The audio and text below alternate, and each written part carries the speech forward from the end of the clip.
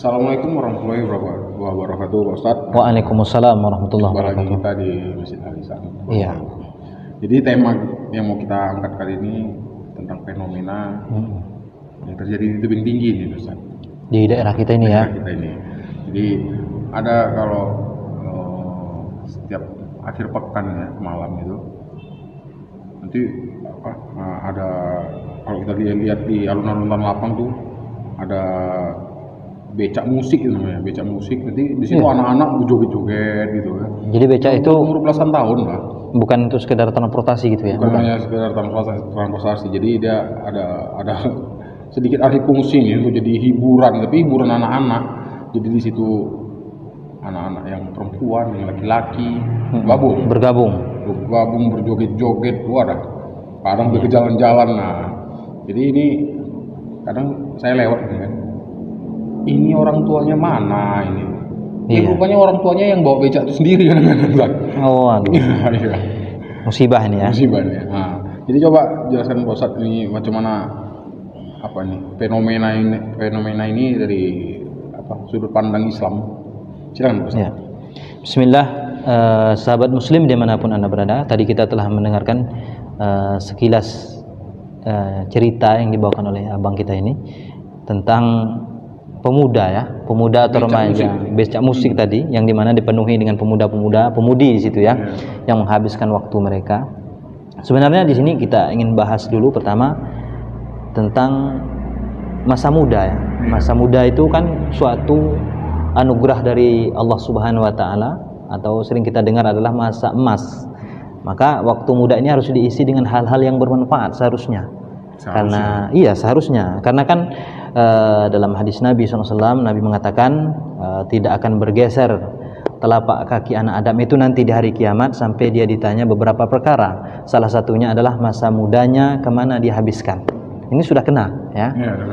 Dimana tadi pemuda-pemudi kita menghabiskan waktu mereka, mungkin malam liburan mereka gitu kan, dengan hal yang tidak membawa manfaat bagi diri mereka, bagi orang lain dan orang tua mereka. Ini adalah suatu hal yang sia-sia dilakukan, kemudian mendapat dukungan gitu dari orang tua. Ini sangat luar biasa sekali ya. Ini disebutkan musibah ya, musibah dan musibah ditimpa musibah istilahnya ya, musibah berturut-turut istilahnya. Karena masa mudanya itu adalah masa keemasan yang harus diisi dengan hal-hal yang bermanfaat, mungkin menuntut ilmu di situ ya, kemudian mendekatkan diri kepada Allah, belajar agama dan sebagainya. Banyak hal-hal yang seharusnya diisi di waktu muda itu bukan kepada hal-hal yang negatif tadi. Itu sesuatu negatif, karena musik itu kan sesuatu yang dilarang dalam agama sebenarnya. Musik itu dilarang dalam agama. Kemudian hura-hura tadi juga suatu perbuatan sia-sia, dilarang juga dalam agama, karena waktu itu sangat berharga bagi seorang muslim. Bahkan kita ini kan di dalam Al-Quran itu dikatakan semuanya merugi. Allah bersumpah dengan demi masa. Di surat Al-Asr kita dapatkan Allah mengatakan demi masa, sesungguhnya manusia itu dalam keadaan kerugian kecuali orang-orang yang beriman, kemudian orang-orang yang beramal soleh, dan orang-orang yang nasihat dan menasihati dalam kebenaran dan kesabaran. Itulah orang-orang yang beruntung di sisi Allah Subhanahu wa taala. Adapun yang lain adalah orang-orang yang merugi. Apalagi hal yang dilakukan oleh pemuda-pemudi kita ini, itu suatu kerugian bagi diri dia. Karena dengan itu waktunya habis, kemudian mungkin uangnya habis, apalagi mungkin di situ ada berbau-bau kemaksiatan yang mendatangkan dosa dan maksiat bagi dirinya. Nah, di mana kita ketahui tadi di situ bercampurnya antara laki-laki dan perempuan, itu kan mengundang kemaksiatan yang berikutnya. Bisa jadi mereka pacaran gitu kan, mungkin efek lanjutannya, karena itu kemaksiatan akan membuahkan kemaksiatan yang lain. Maka perhatikan. Nah, kemudian untuk orang tua, tadi itu kan bagian untuk anak mudanya, maka harus disadari, gunakanlah waktu Anda dengan sebaiknya, kemudian jauhi perkara-perkara yang berbau maksiat, nanti bisa menyeret kepada kemaksiatan yang lainnya. Untuk orang tua, kita pesankan hal itu adalah harus diperhatikan, harus dibentengi anak kita daripada perbuatan-perbuatan seperti tadi itu. Apalagi kita sebagai orang tua itu adalah pemimpin.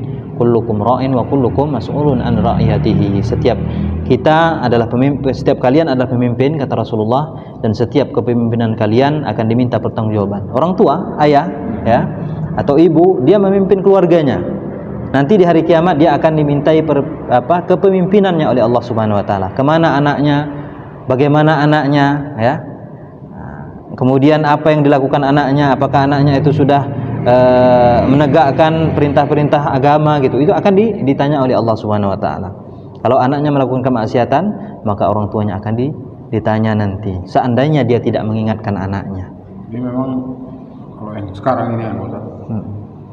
Nanti becak itu dengan musik yang full musik dia. Iya. Jadi nanti mereka tuh joget-joget di becak itu. Iya. Itu sudah mereka. Iya. Ini orang tuanya gimana? Rela tuh lihat anaknya gitu kan. Nanti kan efek kedepannya banyak tuh ya. Nanti anaknya jadi pergaulan bebas, anaknya bisa bunting duluan. Iya. Nggak terkontrol itu. Nanti bisa terjerumus ke narkoba. Iya. Efek lanjutan kan banyak karena tidak adanya kontrol dari orang tua. Pasti itu. Pasti akan membuahkan kemaksiatan yang lainnya. Pasti itu akan mendatangkan keburukan-keburukan yang lain bagi anaknya. Berarti kalau sudah terjadi orang tuanya pening sendiri nanti. Iya, baru dia menyesal gitu kan. Penyesalan itu kan di akhir, itulah dia. Makanya sebelum itu, maka kita harus menyesal di awal. Sebelum kita menyesal di akhir. Belum oyong di akhir ya. Iya, kita kontrol dulu ya, kontrol diri kita, keluarga kita. Karena itu perintah dalam Al-Quran. Allah mengatakan, Ya ayyuhallazina amanu qu anfusakum wa ahlikum nara. Wahai orang beriman, jagalah diri kalian dan keluarga kalian, keluarga Siti, istri dan anak gitu kan, dan orang terdekat kita dari api neraka. Nah, maka perhatikan, jangan kita terjerumus. Sahabat muslim, itu tadi nasihat dari Pak Ustadz.